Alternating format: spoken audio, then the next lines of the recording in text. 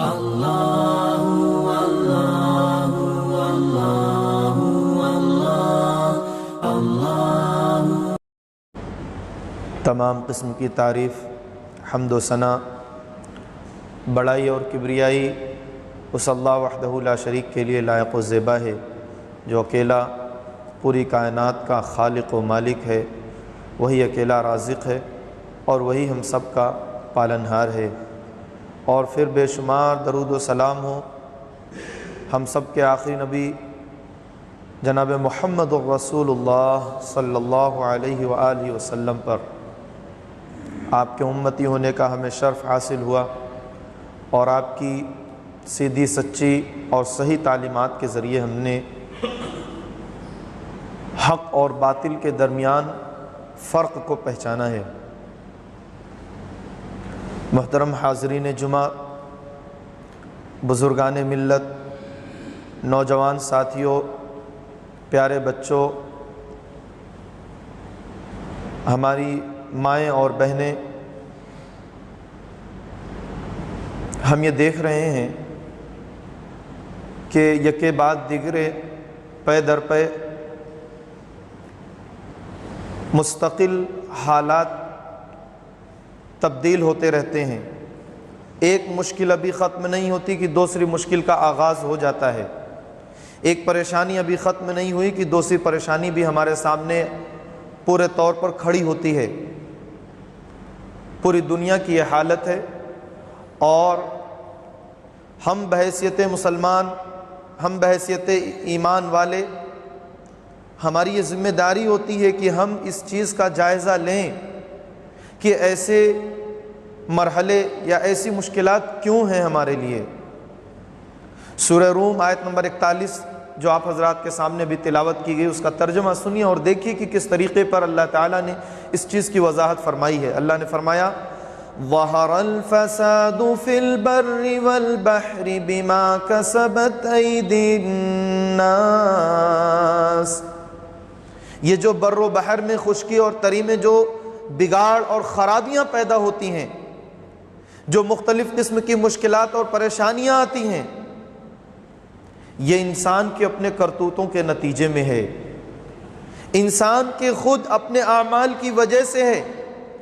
لِيُذِيقَهُمْ بَعْضَ الَّذِي عَمِلُوا، اور یہ اس لیے ہے تاکہ اللہ تعالیٰ تمہیں یہ مزہ چکھا دے، اور اس لیے بھی ہے تاکہ تم یہ جان سکو کہ اب ہمارے لیے صحیح چیز کیا ہے اور اپنی اس صحیح چیز کی طرف لوٹ جاؤ۔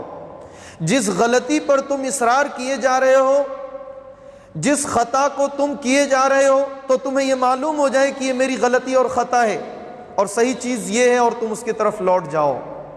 اسی کو کچھ اس انداز سے بھی اللہ تعالیٰ نے فرمایا وَمَا أَصَابَكُم مِّن مُّصِيبَةٍ فَبِمَا كَسَبَتْ أَيْدِيكُمْ وَيَعْفُو عَن كَثِيرٍ۔ سورہ شورى آیت نمبر 30 کہ جو بھی تمہیں کوئی پریشانی اور مصیبت لاحق ہوتی ہے، یا جو بھی ہونے والی چیز تمہارے درمیان ہوتی ہے، فَبِمَا كَسَبَتْ أَيْدِي النَّاسِ، تو یہ لوگوں کے کرتوتوں کے نتیجے میں ہے، لوگوں کے اپنے اعمال کے نتیجے میں ہے۔ پتہ یہ چلا کہ حالات اگر موافق ہیں تو بھی اور ناموافق ہیں تو بھی اس کے ذمہ دار ہم ہیں۔ ہم حکومتوں اور حکمرانوں کے اوپر یہ ذمہ داری صرف نہیں دے سکتے، ہم اور آپ حکومتوں کے اور حکمرانوں کے حوالے کر دیتے ہیں، ایسا نہیں ہے میرے عزیزو۔ قرآن یہ بھی کہہ رہا ہے کہ تمہارے اپنے اعمال کے نتیجے میں ہے۔ پتہ یہ چلا کہ حالات کا ناموافق ہونا ہمارے اعمال کے نتیجے میں ہوتا ہے۔ امام حسن بصری رحمۃ اللہ علیہ کے پاس کچھ لوگ آتے ہیں اور سوال کرتے ہیں کہ اتنا ظالم حکمراں یا فلاں شخص یعنی حجاج بن یوسف اس قدر ہمارے اوپر ظلم و تشدد کیے جا رہا ہے، آخر ہم کیا کریں؟ امام حسن بصری رحمۃ اللہ علیہ اس کا جواب دیتے ہیں ما جاء الحجاج الا بذنوبنا، یاد رکھو کہ یہ حجاج کی آمد ایسا نہیں ہے کہ خود بخود آ گیا، الا بذنوبنا، ہمارے گناہوں کی وجہ سے آج اس کی آمد ہے۔ اس کی طرف سے جو ظلم و تشدد ہے وہ ہمارے اپنے اعمال کی وجہ سے ہے۔ میرے بھائیوں، آئیے اس بات کا جائزہ لیجئے کہ ناموافق حالات سے مقابلہ کرنے کے لیے ہمیں کیا کرنا ہوگا۔ اللہ تعالیٰ فرماتا ہے ان اللہ لا یغیر ما بقوم حتی یغیروا ما بانفسہم۔ شاعر نے اس کا ترجمہ کیا ہے، خدا نے آج تک اس قوم کی حالت نہیں بدلی نہ ہو جس کو خیال خود اپنی حالت کے بدلنے کا۔ ان حالات، یہ جو حالات ہمارے ناموافق ہوتے ہیں، مختلف قسم کی مشکلات اور مصیبتوں سے جو ہمارا سامنا ہوتا ہے، ان مشکل حالات کی تبدیلی کی ذمہ داری بھی ہماری ہے۔ قرآن نے اس چیز کو بڑے واضح لفظوں میں بیان کر دیا ہے، اور یاد رکھیے کہ چند دو تین چیزیں آج آپ اس خطبے سے لے کر کے جائیں، وقت مختصر ہے لیکن مجموعی طور پر دو تین باتیں آپ یاد کرتے ہوئے جائیے۔ سب سے پہلی چیز ہمیں یہ جائزہ لینا ہوگا کہ ہم اپنے عقیدے اور ایمان کے اندر کس قدر پختہ ہیں، ہماری عبادات کا معاملہ کیا ہے، ایمان کا جو مطالبہ ہے، ایمان کا جو تقاضا ہے، کیا ہم ان تقاضوں کو پورا کر رہے ہیں؟ صحیح عقیدہ کیا چیز ہے، کیا ہمیں اس بات کا علم ہے؟ شرک کیا چیز ہے جس کے کرنے سے انسان اپنی آخرت کی ہمیشہ کی زندگی برباد کر دیتا ہے؟ وہ کون سی چیز ہے شرک؟ کتنے لوگ جانتے ہیں؟ کتنے ماں باپ نے اپنے بچوں کو شرک کی خطرناکی سے آگاہ کیا ہے؟ شرک کے خطرناک نتائج سے اپنے بچوں کو آگاہ اور متنبہ کیا ہے؟ کتنے لوگ ہیں جو اس چیز کو قبول کر رہے ہیں کہ ہاں ہم نے ایسا کیا ہے؟ میرے بھائیوں، اپنے عقیدے کا، اپنے ایمان کا جائزہ لیجئے۔ کہیں ہم سے کچھ جانے انجانے میں بہت سارے ایسے مواقع ہوتے ہیں کہ انجانے میں آدمی شرک کر بیٹھتا ہے، انسان جان نہیں پاتا، کبھی ضلالت اور گمراہی میں اور مختلف قسم کی بدعات اور خرافات میں مبتلا ہو جاتا ہے، انسان جان نہیں پاتا۔ اس کا علم اور علماء اکرام سے اس کا تعلق یہ اسے رہنمائی کرتا ہے کہ فلاں کام شرک ہے، اس سے بچو، فلاں کام بدعت کا ہے، رسول کی مخالفت ہے، اس سے بچو، دین یہ چیز ہے، صحیح عقیدہ یہ ہے، اس چیز کو اختیار کرو۔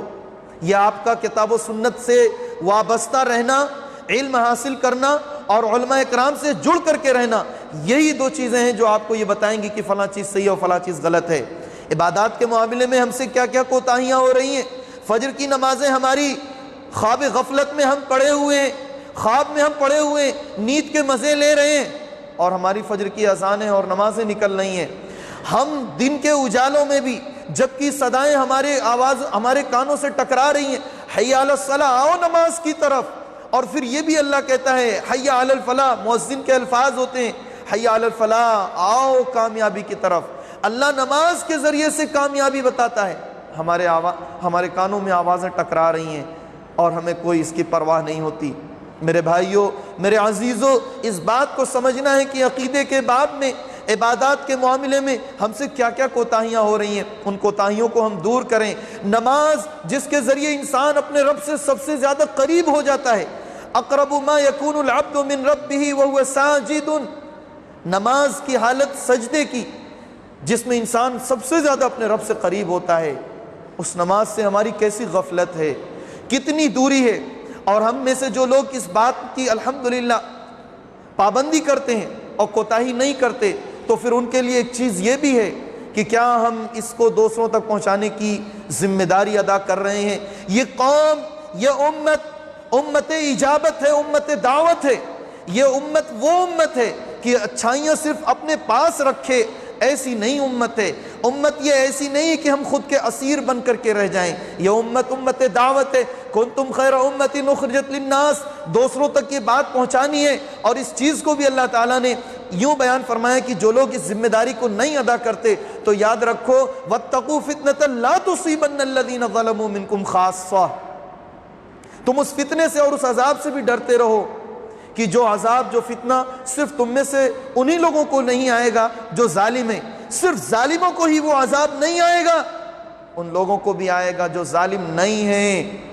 لیکن ان لوگوں نے ایسی کوتاہی کی ہے کہ ان ظالموں کو ظلم سے بچانے میں، یا ان ظالموں کو یہ بتانے میں کہ تم یہ ظلم کر رہے ہو، یہ بات بتانے میں کوتاہی کی ہے، تو وہ بھی اس کی فہرست میں شامل ہو جائیں گے۔ میرے بھائیو اور دوستو، بہت تفصیل کے ساتھ ہم اس چیز کو سمجھنے کے بجائے اتنا ضرور یاد رکھیں کہ عقیدے اور عبادات کے معاملے میں جو ہم سے کوتاہیاں ہو رہی ہیں علم کے اعتبار سے یا عمل کے اعتبار سے، ان کوتاہیوں کو دور کر کے ہم عملی میدان میں اپنے آپ کو استقامت کے ساتھ جما دیں اور اس چیز کو پوری زندگی میں نافذ کرنے کی کوشش کریں۔ دوسری چیز، قوم کا اتحاد کسی بھی قوم کے لیے ترقی کا باعث ہوتا ہے، ناکامی اور نامرادی سے بچاؤ کا طریقہ ہوتا ہے۔ اور اس چیز کو کس نے کہا؟ اللہ رب العزت نے قرآن کریم کے اندر ارشاد فرمایا وَأَطِيعُوا اللَّهَ وَرَسُولَهُ وَلَا تَنَازَعُوا فَتَفْشَلُوا وَتَذْهَبَ رِيحُكُمْ وَاصْبِرُوا إِنَّ اللَّهَ مَعَ الصَّابِرِينَ۔ اللہ اور اس کے رسول کی اطاعت کرو، وَلَا تَنَازَعُوا، آپس میں اختلاف نہ کرو، آپس میں ایک دوسرے سے دوریاں نہ بناؤ، ذرا سی بات پر بدگمانی کے نتیجے میں ایک دوسرے سے پیٹھ نہ پھیرو، ذرا سی چیز کو لے کر کے ایک دوسرے سے دشمنی اور عداوت نہ رکھو، اپنے دلوں کو صاف رکھو، اپنے سینے سے کینے کو نکال کر باہم ایک دوسرے سے محبت اور الفت کے ساتھ زندگی گزارو، تم ایک جسد واحد بن جاؤ، سیسا پلائی ہوئی دیوار کی مانند ہو جاؤ اور ایک ہو کر کے زندگی گزارو۔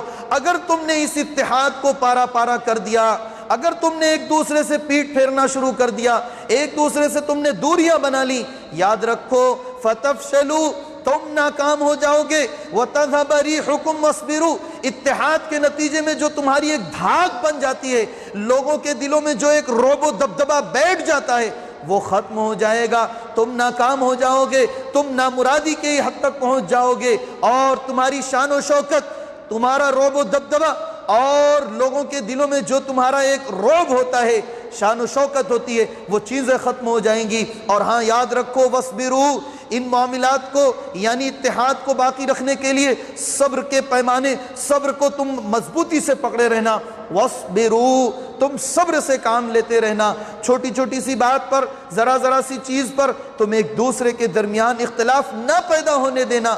تم اتحاد اور اتفاق کے ساتھ رہو گے تو اس کام کے لیے تمہیں بڑے صبر سے کام لینا پڑے گا، اپنے نفس کو کنٹرول میں رکھنا ہوگا، اور پھر اس کا نتیجہ یہ دیکھو کہ ان اللہ مع الصابرین، صبر کرنے والوں کے ساتھ تو اللہ ہوتا ہے۔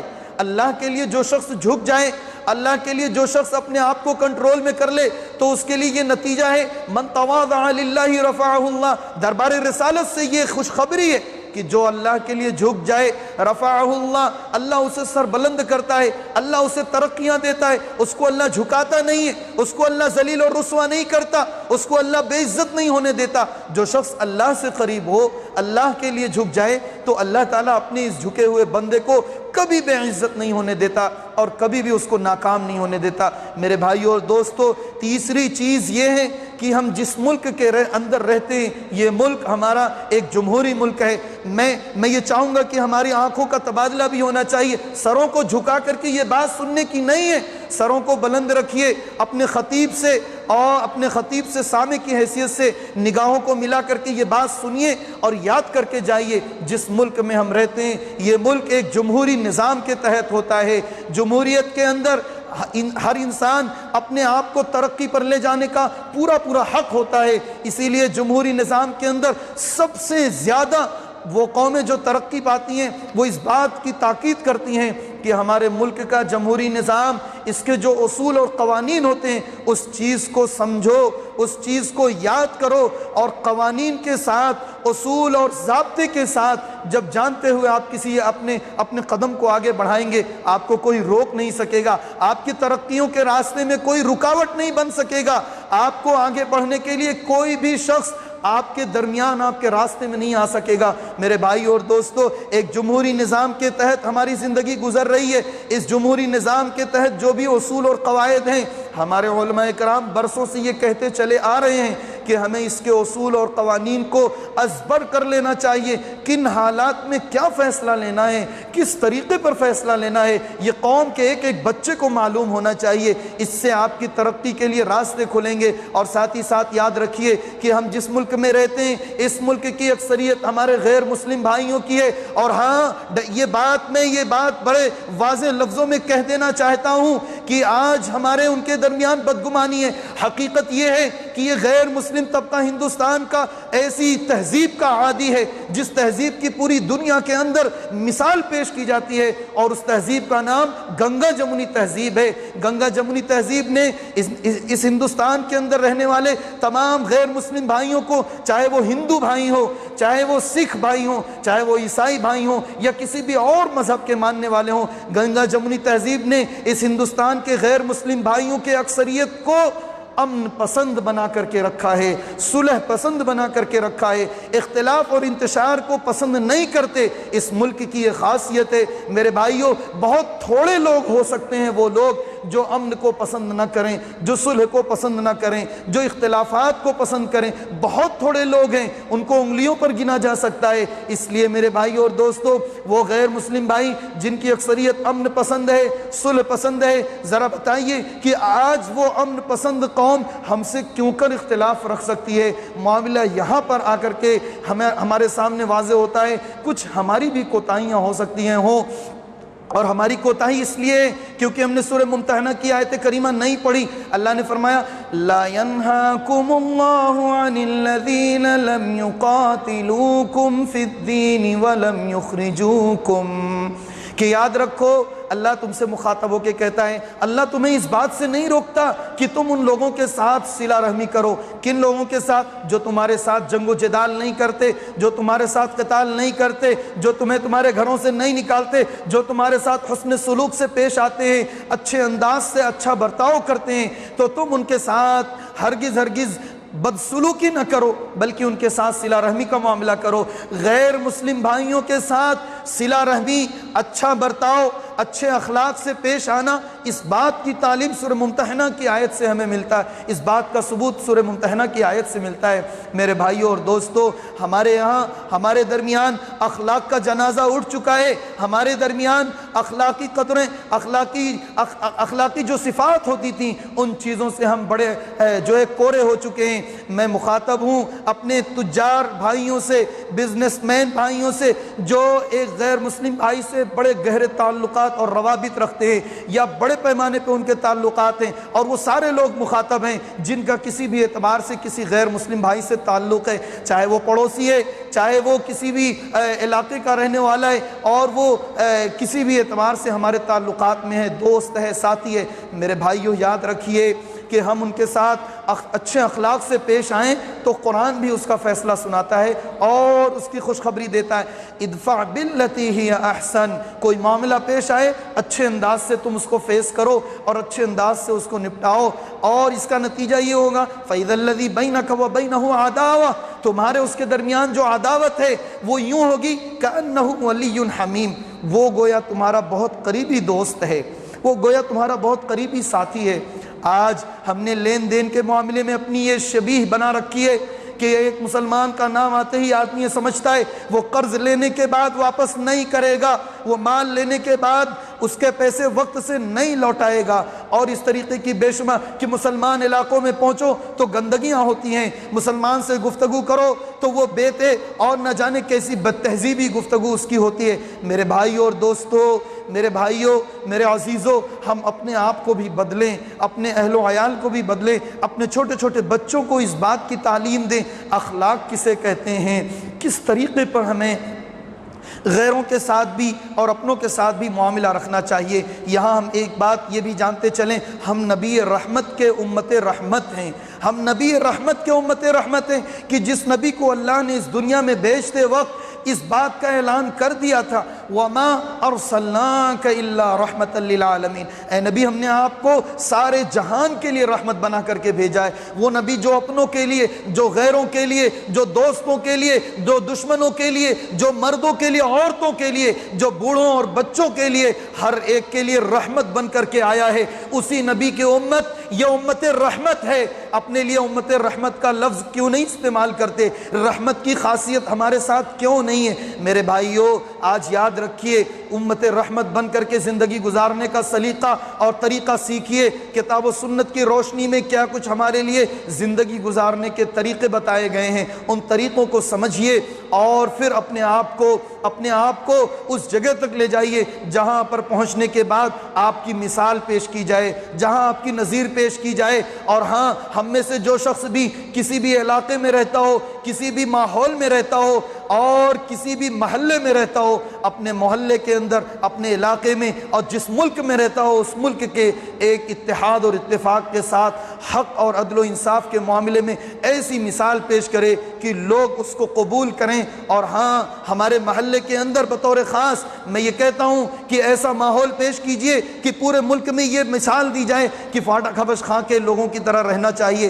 اخلاق کے معاملے میں، عدل و انصاف کے معاملے میں، باہم الفت و محبت کے معاملے میں تمام تر اچھی چیزوں کے پابند بن کر کے رہیے۔ عبادات کے معاملے میں، صحیح عقیدے اور ایمان کی پختگی کے باب میں، ان تمام چیزوں میں ہمیں اپنی ایک مثال قائم کر کے زندگی گزارنا چاہیے۔